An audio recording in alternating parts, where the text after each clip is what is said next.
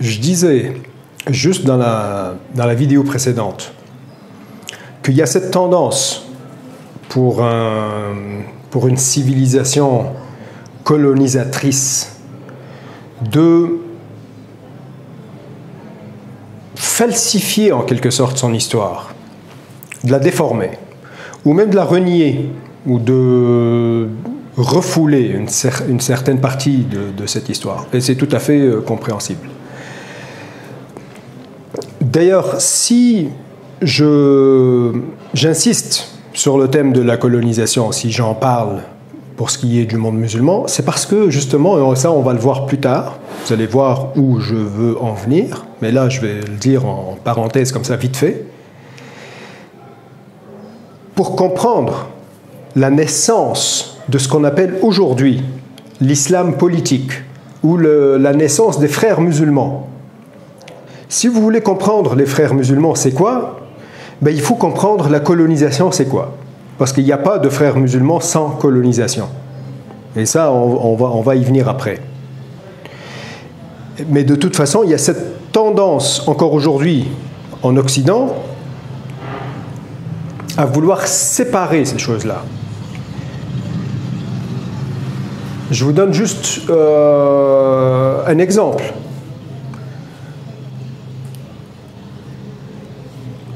Un mouvement pour se libérer de l'occupant.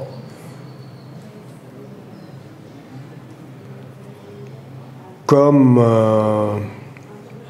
les Tibétains en Chine. Eh bien, le gouvernement chinois, il va appeler ces gens-là des terroristes ou des séparatistes. Ben, ce phénomène-là, vous le voyez partout. Partout dans le monde, je parle. Si des gens en Palestine essaient de lutter contre l'occupation israélienne, alors le gouvernement israélien va appeler, et quand je dis appeler, c'est très important de comment on appelle les gens. Donc le gouvernement israélien va appeler ces gens des terroristes, des islamistes terroristes. On colle le mot islamiste au mot terroriste, alors que ces deux choses-là, a priori, n'ont rien à voir une avec l'autre. Mais on verra petit à petit qu'est-ce que ça veut dire tout ça. Et c'est pour ça qu'il faut vraiment s'intéresser au thème du colonialisme. Bon, malheureusement, ou peut-être heureusement aussi, je ne sais pas, mais moi, personnellement, je ne suis pas un prof d'université. Je n'ai pas étudié le colonialisme à l'université d'une façon académique, et je ne peux pas donc en parler d'une façon académique.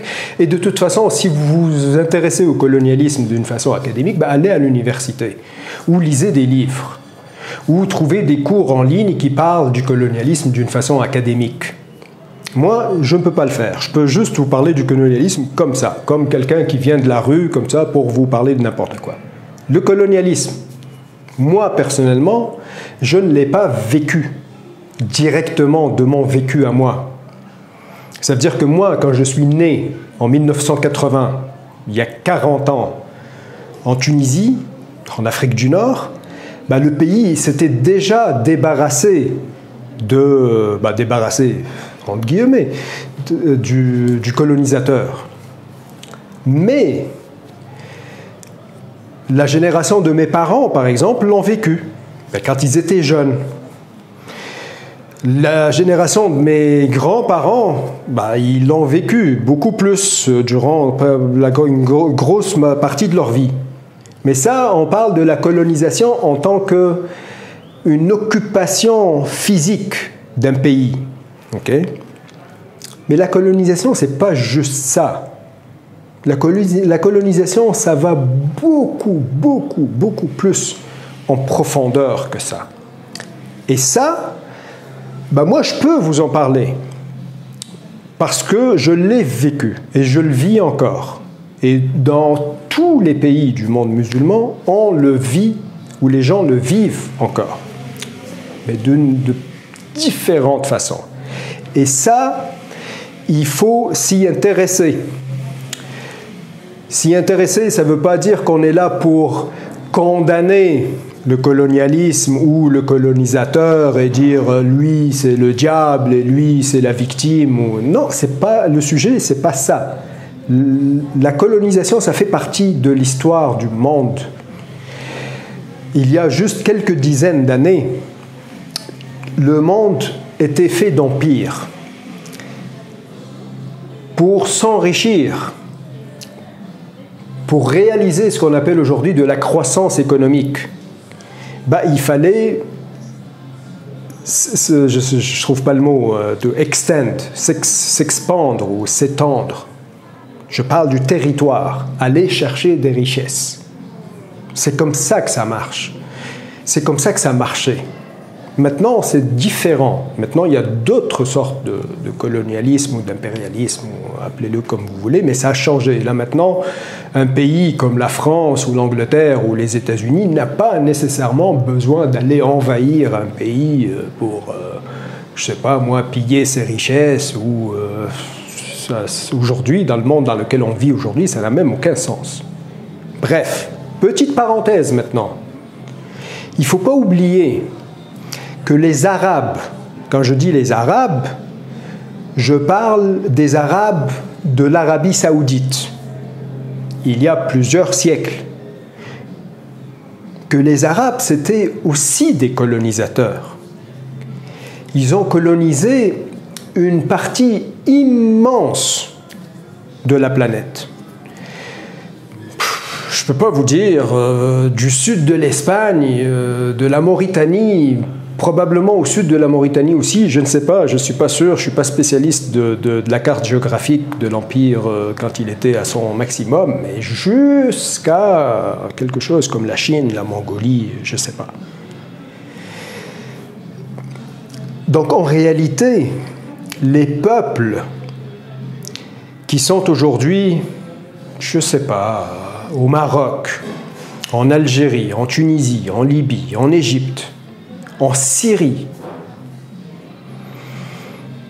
en Inde, en Indonésie, en Malaisie, c'est tous des peuples qui ont été colonisés à plusieurs reprises. Okay?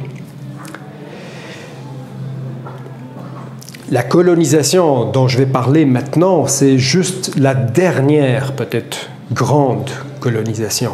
Et cette colonisation, la dernière, comme je le disais déjà, est arrivée en même temps qu'un autre grand mouvement de l'histoire de l'humanité, la révolution industrielle. Et c'est ça qui va être déterminant pour la suite des événements. Les raisons de la colonisation, je parle de la dernière colonisation, écoutez, pourquoi est-ce que la France a colonisé l'Algérie? Pourquoi est-ce que, je ne sais pas moi, l'Angleterre a colonisé, je ne sais pas quel pays, l'Inde? Écoutez, il y a toujours des raisons, ok? C'est des raisons économiques, c'est des raisons, je ne sais pas, il y a des problèmes d'argent, tel pays a fait faillite, il n'a pas remboursé ses dettes, tel continent comme le continent africain, c'est le bordel là-dedans, on va aller les civiliser. Non, mais ce que je vous dis là, c'est pas juste une caricature, c'est vraiment comme ça. Pour l'Afrique, en tout cas, c'est un fait historique établi qu'il y avait des pays européens qui sont assis comme ça autour d'une table et qui sont partagés la carte de l'Afrique parce qu'ils ont dit, bah, écoutez, c'est un peu notre responsabilité quand même d'aller éduquer ou civiliser ces peuples-là.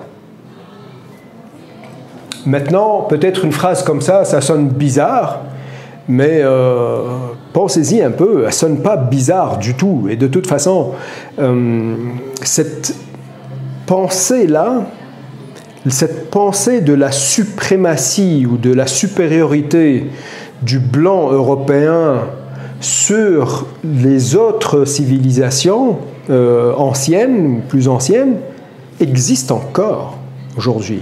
Et elle se manifeste de plusieurs formes qui sont beaucoup, beaucoup plus subtiles et moins, on va dire, racistes qu'il y a 2-3 siècles. Ce n'est pas le même contexte culturel, on va dire. Mais pensez juste à, je ne sais pas, aux Européens qui disent ben on va aller aider tel pays, ou aux Américains, ou une entreprise américaine qui dit on va aller installer Internet dans telle partie de l'Amazonie pour aider les gens à... Il y a toujours cette pensée que il y a des gens qui maîtrisent la technique, la technologie, la science. Ça, c'est les Européens du 17e, 18e, 19e siècle, jusqu'à aujourd'hui, bien sûr. Et puis, il y a les gens qui ont besoin de ces Européens-là pour les instruire, pour les aider. Mais bon, en réalité... Fermeture de la parenthèse. Une autre parenthèse. Il ne faut pas oublier non plus que l'histoire de la science, l'histoire du progrès, ce n'est pas vraiment une histoire européenne.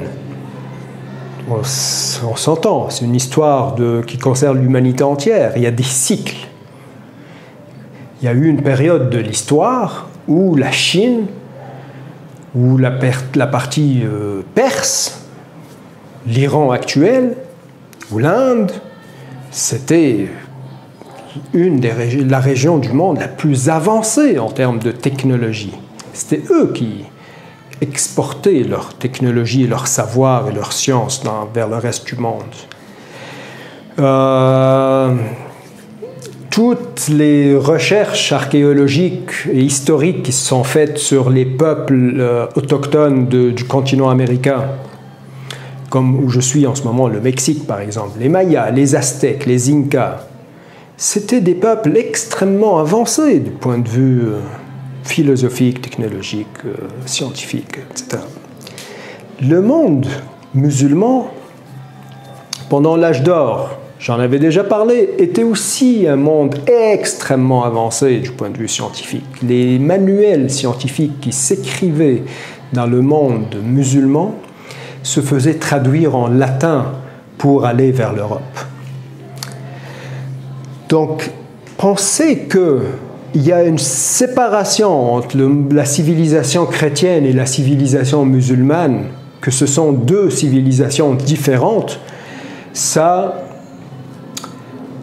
c'est du n'importe quoi. C'est une façon peut-être pour délimiter des choses, pour parler de l'histoire ou pour parler de la politique ou de la géopolitique, mais de la réalité des choses n'est pas comme ça. Ce sont des civilisations qui se sont mélangées énormément. La grande époque de la floraison, je ne sais pas comment dire, de la philosophie grecque. Là, je parle de l'époque de Platon, Socrate, etc.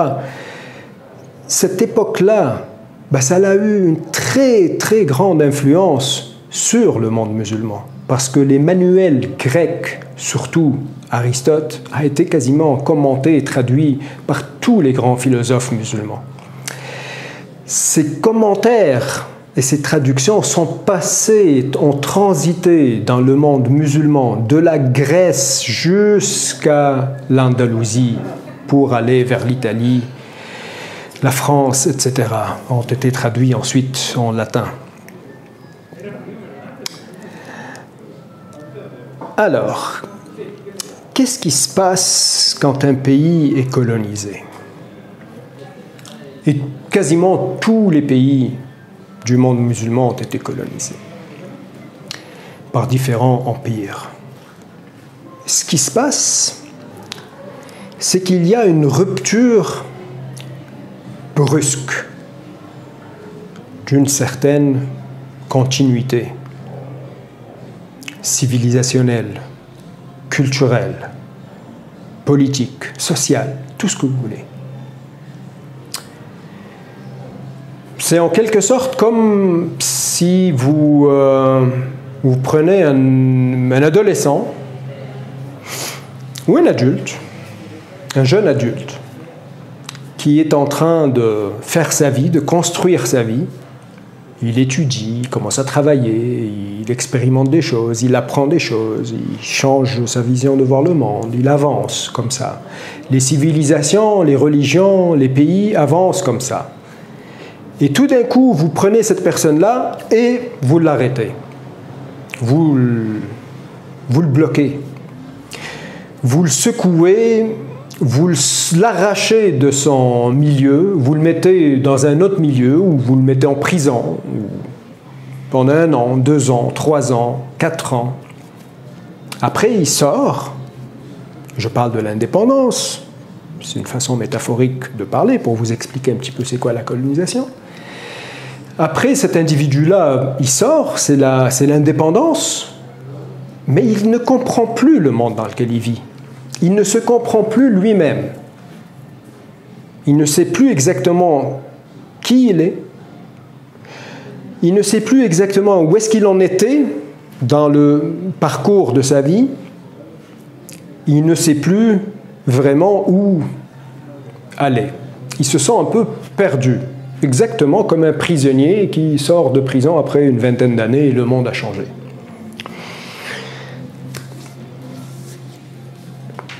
Pour les pays, pour le monde musulman, c'est exactement ce qui s'est passé. Et le monde musulman vit encore aujourd'hui dans cette perte ou cette recherche de soi. Et je pourrais vous donner plein d'exemples là-dessus. Et je vais le faire d'ailleurs.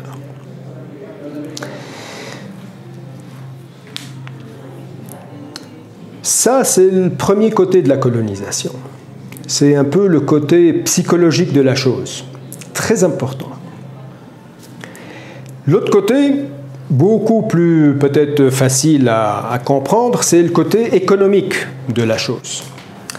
C'est que, si on revient un petit peu en arrière, juste avant la révolution industrielle, l'Empire britannique, c'est sûr que l'Empire britannique avait développé, ou l'Angleterre en tant que telle avait développé des technologies incroyables et avait une flotte de navires, peut-être parmi les plus grosses au monde, ou peut-être c'était la Chine qui avait une flotte la plus grosse au monde, ou je ne sais pas, moi, au XVIe siècle, ou quelque chose comme ça, je ne sais pas exactement. Mais plus ou moins, c'était comme ça la situation. Et l'Empire ottoman aussi, c'était un empire qui avait une très grande flotte. Mais ce qui s'est passé, c'est que, comme je disais dans une vidéo concernant la science, le triangle de la science, l'argent et la croissance économique, c'est que les Chinois, pour une raison ou une autre, et l'Empire ottoman aussi, ils n'ont pas décidé d'aller vers le continent américain, alors que les Européens, ils l'ont fait. Il y a plusieurs raisons à ça. Il faut demander aux historiens, mais moi, tout ce que je sais, c'est que l'Empire ottoman, déjà, il avait des problèmes internes, des problèmes économiques internes, des problèmes politiques internes, y compris des problèmes de corruption des fonctionnaires. Donc, l'Empire ottoman était déjà en quelque sorte en déclin. Et quand on est un peu en déclin, qu'on a nos problèmes à régler, c'est un petit peu dur de dire on va investir pour aller explorer un nouveau continent. Pour faire quoi?